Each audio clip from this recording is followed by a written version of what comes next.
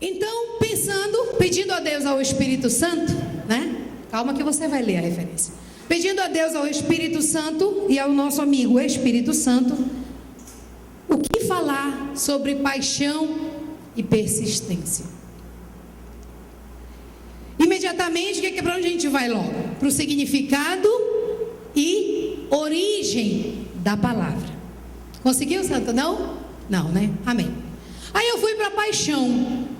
Paixão é uma palavra de origem latina. E você presta bem atenção, por isso que eu preciso de total atenção, que a gente vai trabalhar essa mensagem em nome de Jesus. Que vem do latim tardio, passion, derivado de passus, particípio passá-lo. Aí você vai ouvindo. Resumindo tudo, o acometido de paixão perde sua individualidade. Preste bem atenção nisso. O acometido de paixão perde a sua individualidade do fascínio entre o outro e que o outro exerce sobre ele. Ou seja, quando eu estou mega apaixonado, eu estou perdendo a minha individualidade. Entenderam? Vamos lá, outra. Persistência, também de origem latina, e ela quer dizer assim pra gente, ó. Persistere, que quer dizer continuar com firmeza, constância. Per é um prefixo que diz totalmente, e sistire, ficar firme, ficar em pé. Isso é persistir, que deu origem à palavra persistência. O ato de persistir, qualidade do persistente.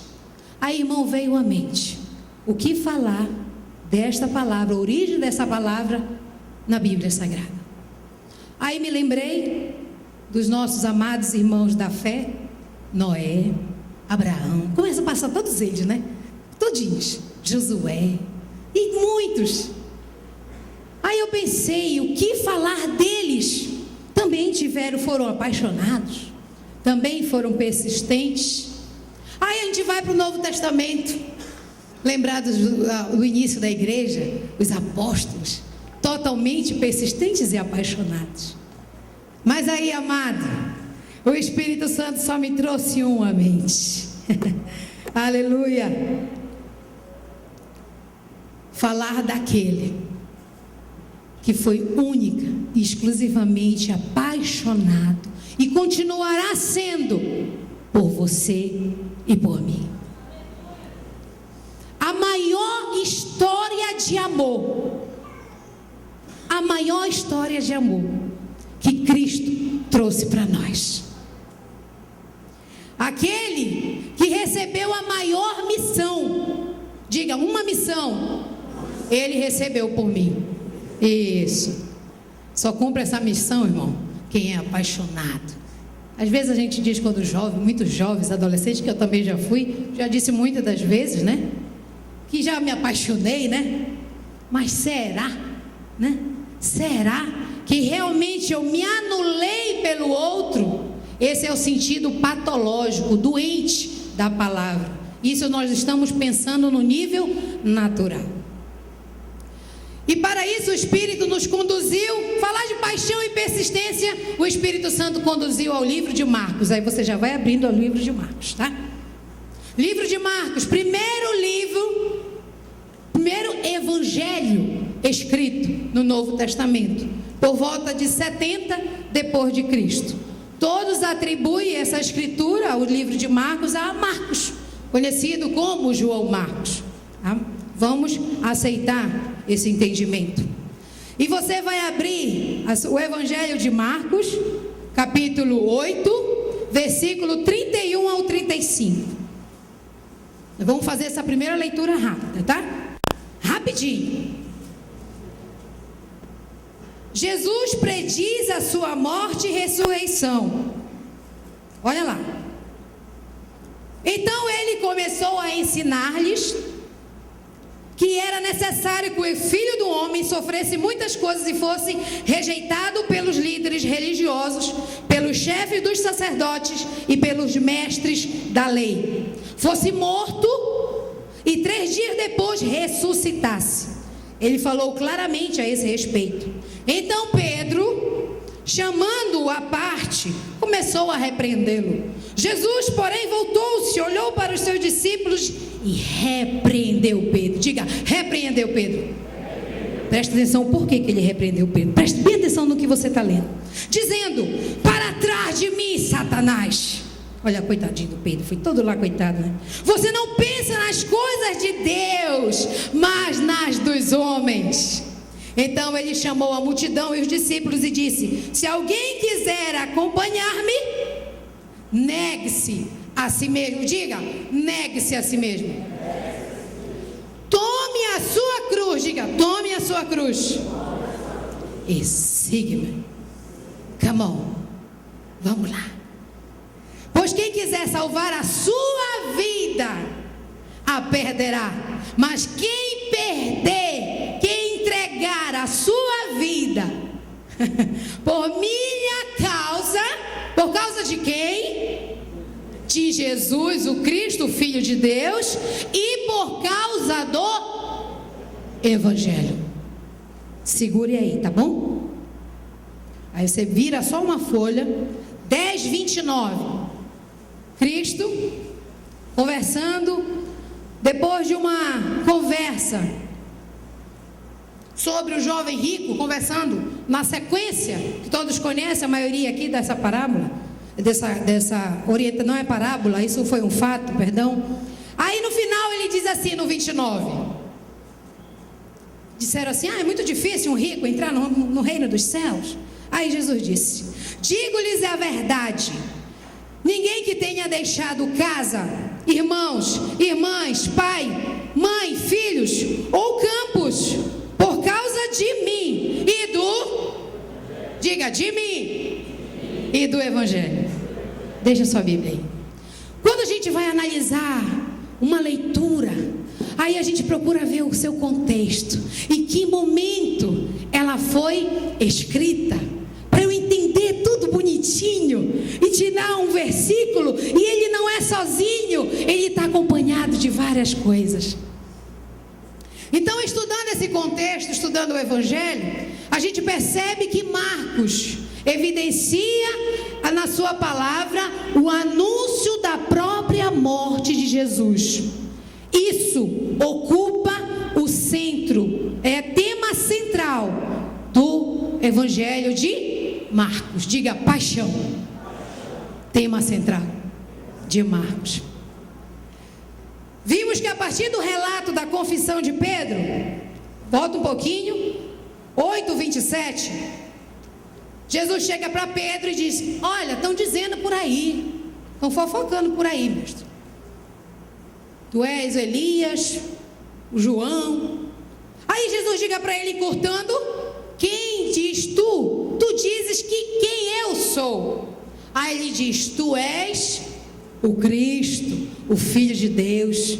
E Mateus não diz nesse, diz, aí Jesus continua e diz assim, ó, bem-aventurado tu és, porque não foi carne e sangue, mas sim a revelação do Senhor para ele. Amém? Queridos, aí você começa ali a estreitar o negócio. Antes dessa passagem, desse encontro com Pedro, Jesus só chegava assim e dizia, olha, siga-me, siga-me, e vamos embora. Fazia um milagre e vamos embora. A partir de 8:27, há uma marcação aí. Ele começa a se revelar como Filho de Deus, e aí ele começa a descrever que ele vai ter que morrer, que ele vai ter que ir para a cruz. Pedro chega com ele e repreende. E na cruz, ali estava representada toda a glória de Jesus sobre a morte, vencendo a morte e a ressurreição do Filho de Deus. Preste muita atenção nisso. É por isso que nós temos que ser apaixonados. Aleluia. Ali o segredo da sua pessoa foi revelado, bem como a condição para todos os seus títulos: Mestre, Messias, Filho do Homem, Cordeiro de Deus que tira o pecado do mundo. em sentido profundo, ele já era antes da cruz. Diga, Jesus era antes, Cristo era antes da cruz. E continua depois da cruz, o crucificado. Aí você pode dizer, mas irmã, ele não está mal. Não está mesmo. 1 Coríntios 2:2, não precisa abrir sua Bíblia para a gente ganhar tempo. O Júlio vai abrir. Vamos ler junto? Pois decidi nada saber entre vocês, isso Paulo falando, a não ser Jesus Cristo e este crucificado.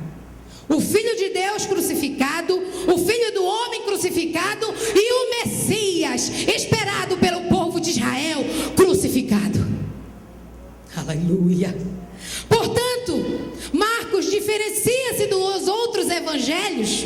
Não quer dizer que é mais importante que os demais, por evidenciar detalhadamente, diga, nos mínimos detalhes. Vamos lembrar do Chaves, né? Meninos, nos mínimos detalhes, né? Nos mínimos, né? É Chaves, não é isso? Isso, eu estou lembrando aí, eu assistia muito isso. Nos mínimos detalhes, os detalhes fazem a diferença. Mas no que podemos aplicar esta primeira parte da mensagem em relação à paixão? O que eu posso aprender disso daí? Assim que Jesus começou a revelar mais detalhadamente sobre a sua missão, ele também torna a ser mais explícito, falar mais claramente. Até então estava em mistério para os discípulos, até porque Jesus é assim. Quando ele nos chama, ele não revela tudo para a gente, ele revela a cruz, o seu amor. Mas tem coisas que vão acontecer lá na frente, de bênçãos, maravilhas, que ainda a gente ainda não está ainda com a nossa mente preparada para receber. Aí chegou com Pedro, siga-me, e todos os discípulos, siga-me. Aí a partir de agora, ele vai dizer, o que eu tenho que fazer agora, para continuar seguindo. Aleluia. Na primeira da metade do evangelho ele faz tudo isso, mas agora ele está pintando assim um quadro mais claro, ainda estava assim obscuro, do que isso envolve. À medida que ele toma a cruz, Cristo toma a cruz, também devemos fazê-lo. Digo, eu preciso dessa cruz. Diga, eu preciso da cruz. Nós precisamos da cruz. Aleluia. Assim como a cruz e a glória estão associadas na vida de Jesus, também estão associadas à nossa vida. Era isso que o Pedrão não estava pensando quando ele disse, eu vou, mestre. Eu falo aqui para você que acha que ainda não está preparado para aceitar o Senhor Jesus. Pedro, um homem atribulado, cheio de problemas, cheio de gigantes internos que ele precisava vencer. Jesus chegou com ele e ele disse, eu vou. Ele não disse assim, olha mestre, não dá ainda para mim, eu sou muito iracundo, eu brinco muito, eu falo muito. Olha mestre, eu não... Não, ele foi com todas as imperfeições, como eu e você somos imperfeitos, muitos estão aqui, e ele foi. E aí você lê depois 1 Pedro, 2 Pedro, aí você vê um Pedro transformado. É isso que é lindo do Evangelho. Aleluia. Como precisamos compreender a cada dia o significado da cruz de Cristo.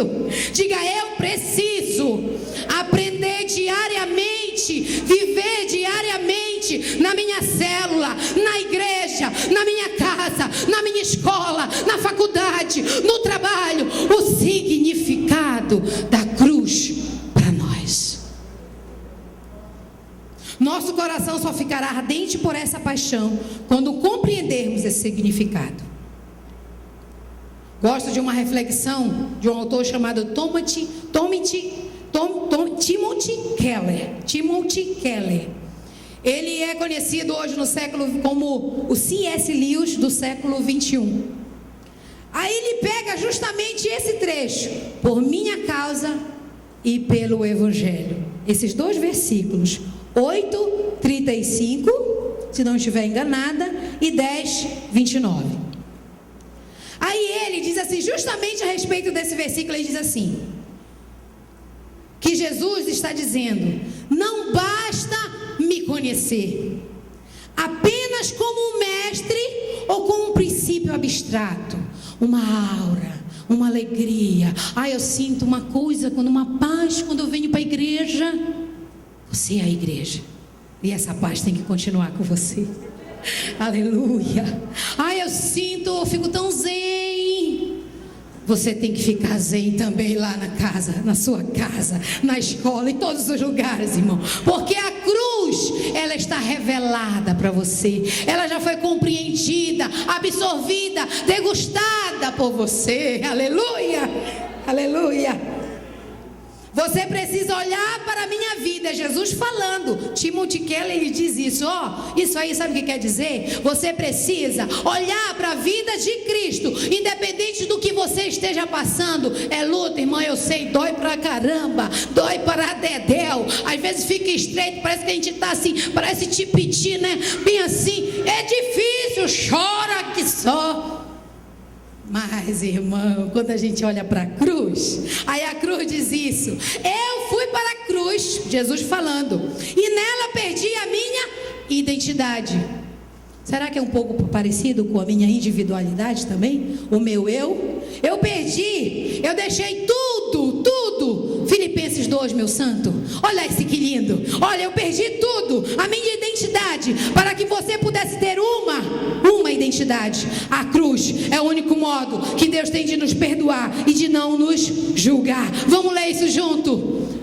Se por estarmos em Cristo, nós temos alguma motivação, alguma exortação de amor, aí vai embora, irmão, vai embora, vai lá, que a gente vai parar. Glória a Deus. Complete a minha alegria, tendo o mesmo modo de pensar. Diga, modo de pensar. O mesmo amor, um só espírito e uma só atitude. Continua. Nada façam por ambição egoísta ou por vaidade, mas humildemente considere os outros superiores a si mesmo. Continua, que esse texto é lindo. Cada um cuide não somente dos seus interesses, mas também dos interesses dos outros. Seja a atitude de vocês a mesma de Cristo. Continua. Que embora sendo Deus, não considerou que o ser igual a Deus era algo a que devia apegar-se. Ele não queria se segurar lá. Mas o que? Diga, esvaziou-se. Se entregou a si mesmo, vindo a ser. Quer ser grande, irmão? Diga, eu tenho que servir. Aleluia. Tornando-se semelhante aos homens. Jesus foi como nós. Aleluia. Dê uma salva de palmas por isso. Glória a Deus.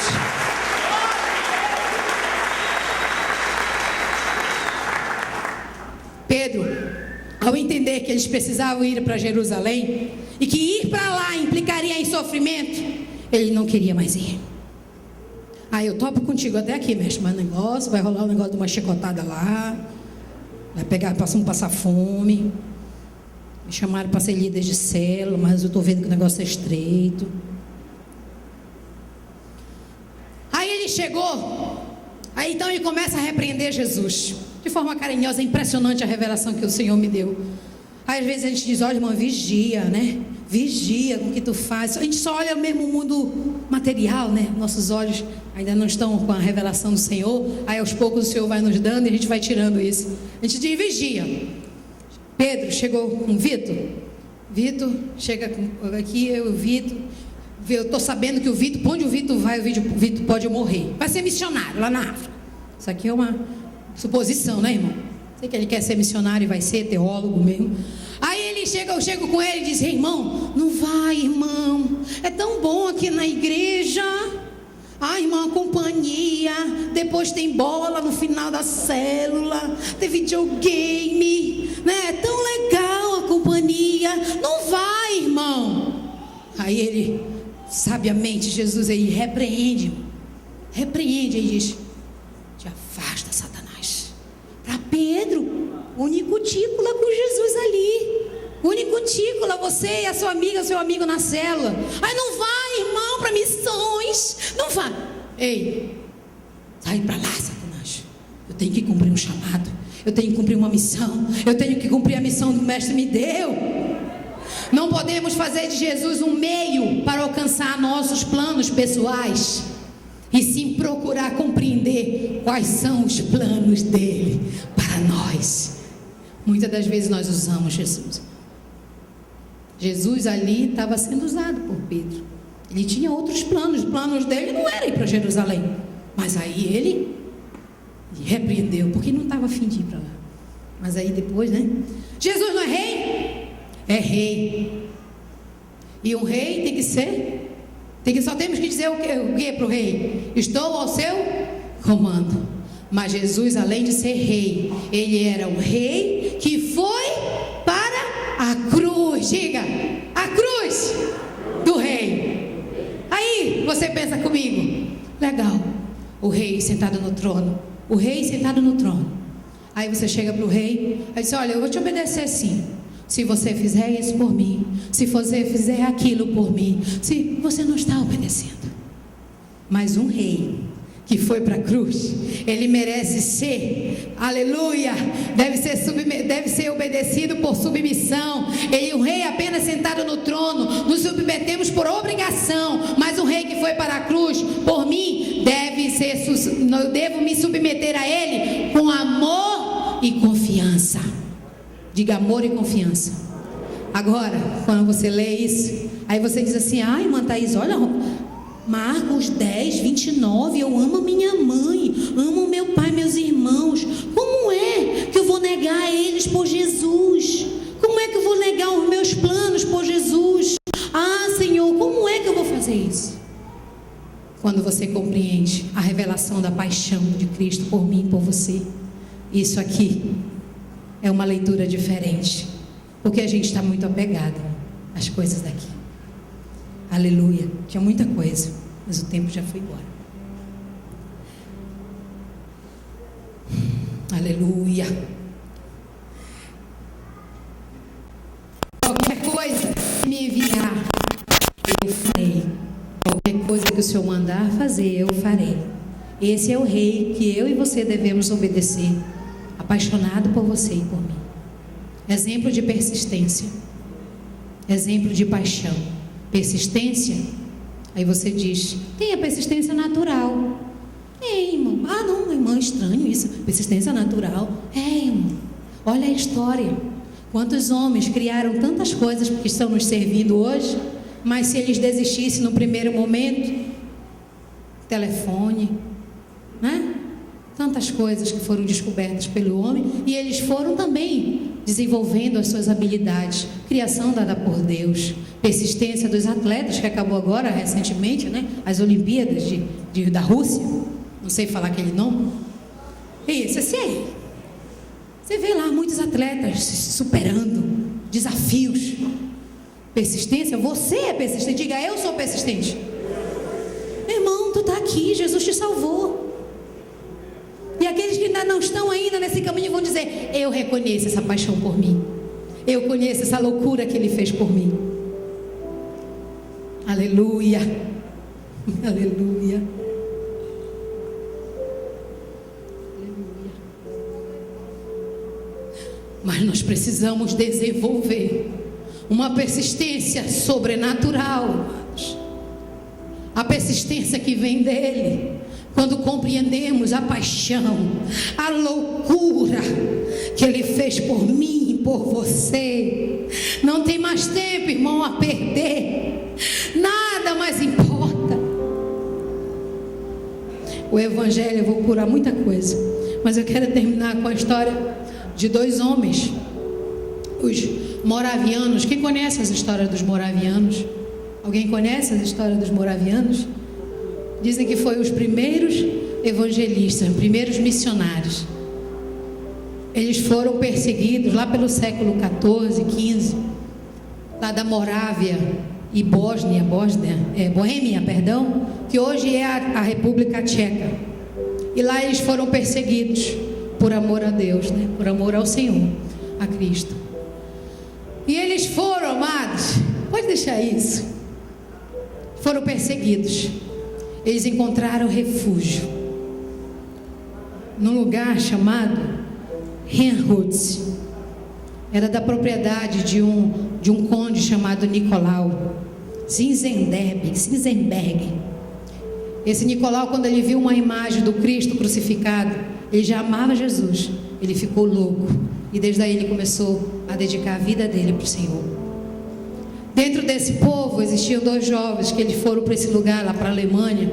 E lá, esses 2, aqui tem uma imagem deles, dá uma imagem que eu consegui. E eles foram ali conduzidos pelo conde, foram pastoreados pelo conde, lá no lugar da Alemanha, onde eles poderiam exercer a fé deles. A gente não tem muita noção disso hoje, né? Porque a gente tudo é livre, o nosso culto é livre, a gente faz quando quer, vai para o shopping, vai para o bosque, né? Vai em tudo quanto é lugar. E só tem muito valor quando a gente descobre isso. E eles lá ficaram sabendo de um povo que morava na Índia, e um povo que estava sendo escravizado mesmo. Trabalhavam na cana, eles morriam, perdiam as mãos, e eles eram liderados por um que não conhecia o Senhor, um ateu, que imprimia a eles uma dor maior. Aí os 2 ficaram sabendo desse povo, os moravianos. Aí eles disseram: eles precisam ouvir a mensagem do Evangelho. E aquela ardência no coração deles ficou tão forte que eles decidiram, mandaram um comunicado lá pro dono, o líder, o alemão lá que liderava os escravos, mais de 3.000 escravos numa ilha da Índia. Você encontra tudo isso nos livros, até na internet você encontra. E eles ficaram sabendo, mandaram uma carta para ele e disse assim: nós queremos ir para aí, podemos ir como missionários? Aí eles fizeram contato e logo veio a resposta dele foi: nenhum pregador ou clérigo, nenhuma igreja, nenhum nome chegaria a essa ilha para falar sobre essa coisa sem sentido. Era uma coisa sem sentido. Muitas das vezes não tem sentido isso. Aí pensa que eles desistiram, eles estavam tão impregnados com essa paixão e persistência de Jesus por eles e por mim e por você. Nós estamos sendo desafiados essa noite. Aleluia. Eles decidiram, irmãos, ir para lá como escravos também. E como escravos, eles não sabiam mais se iriam voltar, não interessava. Eles já estavam aqui nesse versículo, eles já estavam até recebendo essa chamada de hoje, até que nada mais importe. Aí eles largaram parentes, amigos, vizinhos. Eles não eram doutores da lei, eles não eram teólogos, eles eram comerciantes, um trabalhava em cerâmica. Eles eram pessoas simples, pessoas leigas, assim dizer. E eles decidiram ir. Foram como escravos. No dia da despedida, todo mundo lá, né, no porto, se despedindo, indo no navio. Teve muito choro, muita oração, muita ajuda eles receberam para ir para a missão. Aí questionaram eles: por que vocês estão fazendo isso? Aleluia. Quando o barco estava partindo, eles acenaram de lá, totalmente impregnados por essa paixão, totalmente loucos por Cristo, porque reconheceu aquele amor da cruz, que ninguém que se diz apaixonado por ti, hoje é tão fácil, chega no Facebook e está namorando com 2 meses, apaixonado, comprometido, louco de amor. Vamos aprender rápido, irmãos. Aí eles encenaram de lá e disseram assim: coloque, irmão, a última, para que o cordeiro que foi imolado receba recompensa por seu sofrimento através das nossas vidas. Isso é paixão louca, irmão, que não está nem aí para o trabalho, não está nem aí para nada. Aí até que nada mais importou para eles, até entregar a vida. Queridos, eu já estou terminando, já terminei. Tinha muita coisa que eu escrevi. O Espírito Santo assim, falou tanto comigo, irmãos. Ah, Deus, eu te amo, Jesus. Obrigada, Senhor. O Senhor arde por você de amor. Se você está aqui hoje e essa palavra falou com você, e você não quer desperdiçar a sua vida, como muitos hoje estão desperdiçando, você pode dizer: mas irmã, eles desperdiçaram a vida deles. Eles estavam enquadrados lá em Romanos 8:35. Se você quiser perder, ganhar a sua vida, você tem que perder. Irmãos que tem chamada para o Senhor, para ser líder de célula, para ser um supervisor, faça isso reconhecendo a paixão e a persistência que o Senhor tem por mim e por você. Aleluia. Dê uma salva de palmas e dê um glória a Deus muito grande ao Senhor Jesus. Bem, só resta você agora sair do seu lugar e entregar